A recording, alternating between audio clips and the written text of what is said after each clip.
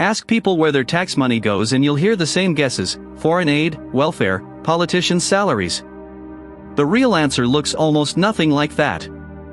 In the 2024 fiscal year, the US government spent about $6.75 trillion. Let's rank where every dollar of that actually went, biggest to smallest, because the order surprises almost everyone. Here is the whole budget, ranked. 3 programs tower over everything else: Social Security, healthcare, and national defense. Notice what is not at the top. Foreign aid, the thing people complain about most, is so small it barely registers, well under 1% of this chart. The budget is not what the arguments are about. It is mostly checks to older Americans and the sick. The single biggest line is Social Security, around $1.5 trillion a year, going out as retirement and disability checks to tens of millions of Americans. This is not charity in the way people imagine. It is money workers paid in over a lifetime, flowing back out. And as the population ages, this number only climbs. Right alongside it sits healthcare.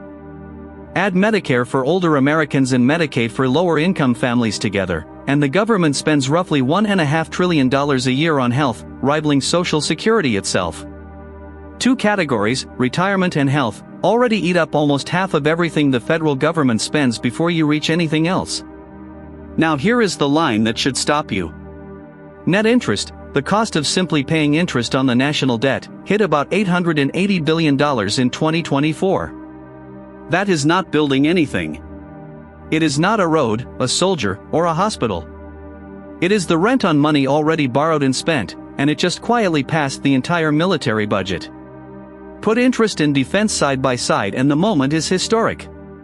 For decades, defense was one of the biggest things the government bought. Now, for the first time in modern history, the country pays more to service its debt than it spends on its entire military. The bill for the past has overtaken the budget for the present. Why did interest explode? 2 reasons stacked on top of each other. The national debt itself ballooned past $34 trillion, and then interest rates jumped from near zero to the highest in 2 decades. A bigger balance at a higher rate is the same trap a household feels on a credit card, just with 12 zeros attached. Step back and split the budget a different way, into mandatory versus discretionary. Mandatory spending, mostly Social Security, health, and now interest, runs on autopilot. Congress does not vote on it each year. Discretionary spending, the part lawmakers actually debate, including defense and almost everything else, is the smaller slice. The budget people argue about is the part they barely control. And the government did not actually have this money. It collected around $4.9 trillion in taxes, but spent $6.75. That gap, roughly $1.8 trillion in a single year, is the deficit, and it is borrowed.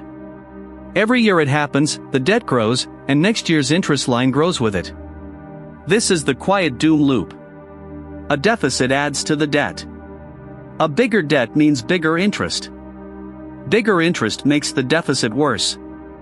Watch interest climb as a share of all federal spending. It has roughly doubled in just a few years, crowding out room for everything else the government might want to do. So what does this mean for you? Almost 90 cents of every federal dollar is now either a check to a retiree, a health bill, interest on old debt, or the military. The famous wedge issues, foreign aid, public broadcasting, welfare fraud, all fight over the thin remaining slice. The real budget is decided by demographics and debt, not by the debates you see on the news. And the math points one direction.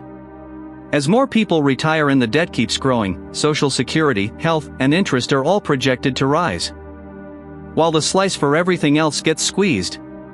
The government is slowly turning into an insurance company for the old with an army attached, and a very large credit card bill. None of this is an argument for any party or any policy. It is just the arithmetic of one budget, ranked honestly. The next time someone tells you the country could fix its finances by cutting foreign aid, you will know where to point. The real money is in the 4 giants at the top of this chart, and one of them is simply the interest on the past. Before the usual objections, let's kill the biggest myth directly. Foreign aid, the thing people are most sure is bankrupting the country, is roughly 1% of the federal budget, often less. You could delete it entirely and barely move this chart. The same goes for things like public broadcasting or congressional salaries. The money everyone argues about is a rounding error next to the giants at the top. It also helps to see where the money comes in, not just where it goes out. Most federal revenue is just two things: the income tax you pay on what you earn, and the payroll taxes that fund Social Security and Medicare. Corporate taxes, often assumed to be huge, are a much smaller slice. The system runs, overwhelmingly, on the paychecks of ordinary workers. To make $6.75 trillion feel real, divided by the number of U.S. households. It comes out to roughly $50,000 of federal spending per household, every single year. Most families do not pay anywhere near that in federal taxes, which is the entire reason the deficit exists. The spending per household is far larger than the taxes per household. And the gap is structural, not a one-time emergency. The government has run a deficit in almost every year for decades, through good economies and bad. Spending has simply, persistently, run ahead of taxes, and the four giants, retirement, health, defense, and now interest, are exactly the categories that are hardest to cut. This is not an accident. It is the design working is built. Which raises the question worth arguing about.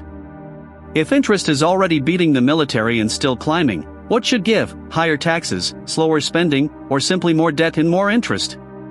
Tell me in the comments which lever you would pull, because eventually the math forces someone to pull one.